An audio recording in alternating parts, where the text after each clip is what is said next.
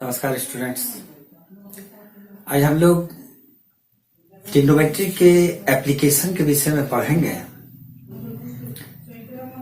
Application of trigonometry में हमारे syllabus में हाइट एंड डिस्टेंस है। तो इस टॉपिक को पढ़ने के पहले मैं चाहता हूं कि आपको थोड़ा सा टेक्निकल बात जो इसमें बहुत ही जरूरी है वो मैं एक्सप्लेन कर दूं। तो आज हम लोग देखेंगे इंट्रोडक्शन इसका, और इसमें कुछ टेक्निकल टर्म्स है जिसको जानना बहुत जरूरी है। वो अगर आप अच्छी तरह से नहीं समझते हैं तो फिर हाइट एंड डिस्टेंस का सवाल बनाना बहुत ही मुश्किल हो जाएगा। तो चलिए चलते हैं इससे रिलेटेड इस टर्म्स को जानने का हम लोग प्रयास करते हैं। सबसे पहले हम लोग इसमें देखते हैं ये जो हाइट एंड डिस्टेंस है, इसमें angle of elevation, angle of depression, ये सब क्या है? किसको हम एंगल ऑफ एलिवेशन बोलेंगे? एंगल ऑफ डिप्रेशन क्या चीज है? लाइन ऑफ साइट क्या है? तो चलिए इसका हम एक एग्जांपल से बताते हैं। सपोज करें कि एक रोड है जिस पर हम लोग चल रहे हैं, और यहीं पर एक पोल है। ये पोल है, और इसी पोल पर यहां पर कोई ऑब्जेक्ट है। मान लेते हैं कोई बर्ड है, और हम लोग यहां पर हैं। मान लेते हैं अब ये हुआ ऑब्जर्वर, यानी देखने वाला, ऑब्जर्व करने वाला, और ये है ऑब्जेक्ट जिसको ये ऑब्जर्व करेगा, इसको ये देखेगा।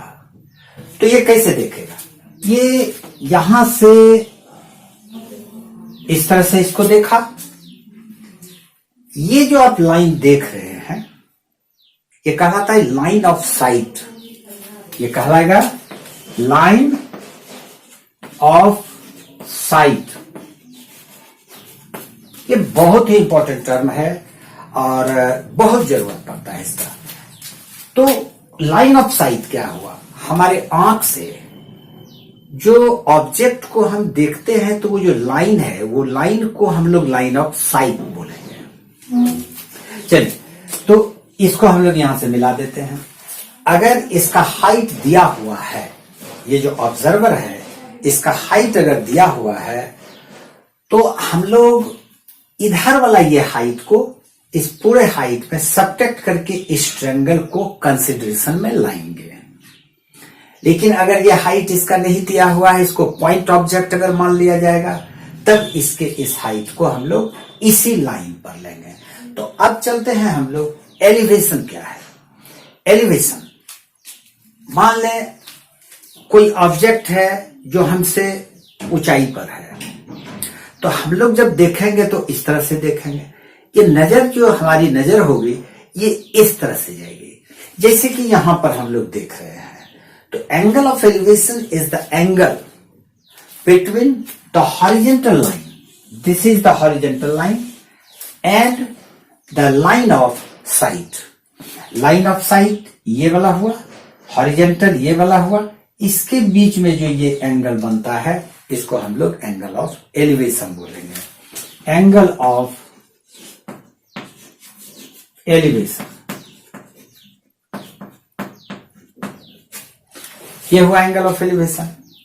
सपोज करें कि ये मल्टी स्टोरी बिल्डिंग है कोई भी, और यहां पर ये कोई स्ट्रीट है, ये कोई बिल्डिंग है। यहां पर ऑब्जर्वर है। ये ऑब्जर्वर ऑब्जर्व करेगा इस मल्टी स्टोरी बिल्डिंग के टॉप पर अगर कोई ऑब्जेक्ट है, तो हम लोग इसको मान लेते हैं ऑब्जेक्ट, और इस केस में ये ऑब्जर्वर है। ठीक है, तो कैसे देखेंगे? यहां पर देखें, ये इससे ऑब्जेक्ट से डाउनवर्ड पोजीशन में है, यानी जब भी ये देखेगा तो अपनी नजर को ऊपर करके इस तरह से देखेगा, यानी कि इसका लाइन ऑफ साइट इस तरह से जाएगा। जाएगा कि नहीं? जरूर जाएगा। तो ये जो लाइन ऑफ साइट है, ये लाइन ऑफ साइट, ये हॉरिजॉन्टल लाइन बना दी हम लोग, तो ये एंगल एलिवेशन हो गया। लेकिन अगर ये अब ये ऑब्जेक्ट ऑब्जर्वर बन जाएगा। अगर मान लेते हैं कि ये ऑब्जर्वर है और ऑब्जेक्ट इस बार यहां पर है, सपोज करें ये इस बार ऑब्जेक्ट बन गया, तो ये ऑब्जर्वर इसको देखने के लिए इस तरह से झुकेगा, यानी कि उसका जो लाइन ऑफ साइट होगा ये इस तरह से जाएगा। नोट करें इस बात को कि अगर ऑब्जर्वर नीचे है तो उसका line of sight from downward to upward होगा, और अगर ऑब्जर्वर ऊपर है, इससे इसका हाइट अगर ऊपर है, तो वो जो उसको देखेगा, यानी कि अगर ऑब्जर्वर ऊपर है और ऑब्जेक्ट नीचे है, तो उसका जो लाइन ऑफ साइट होगा फ्रॉम अपवर्ड टू डाउनवर्ड होगा। इस केस में हम लोग डिप्रेशन की बात करेंगे, इस केस में एलिवेशन की बात करेंगे। तो डिप्रेशन कैसे होगा देखें।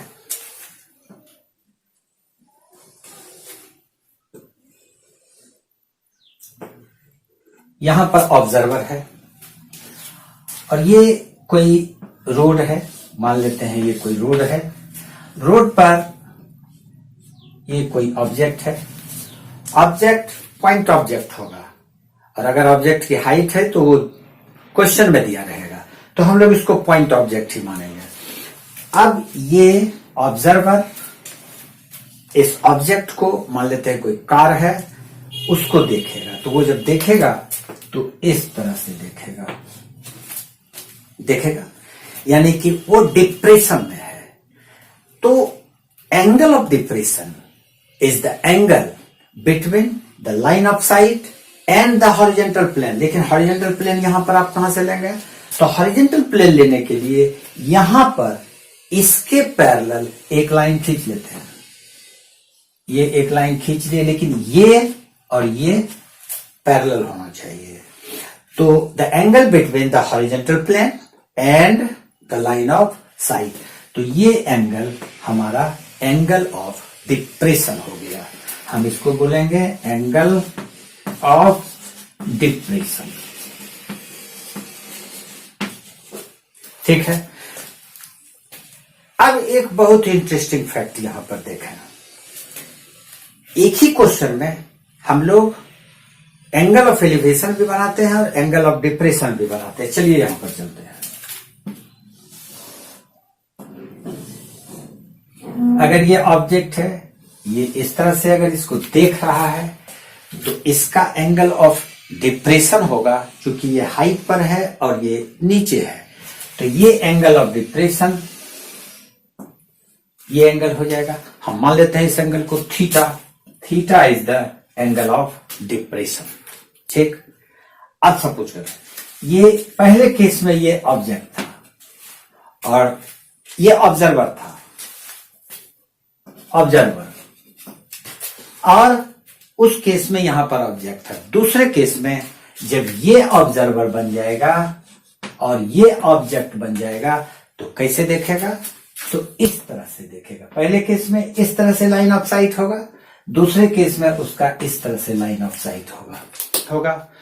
तो इसका एंगल ऑफ एलिवेशन ये हो जाएगा। ठीक। अब देखें इंटरेस्टिंग फैक्ट। ये लाइन और ये लाइन, जैसा कि मैंने अभी आपको बताया कि ये पैरेलल ही लिया जाएगा, तो ये दोनों लाइन पैरेलल है, तो ये अल्टरनेट एंगल दोनों इक्वल होगा। इससे क्या पता चल रहा है?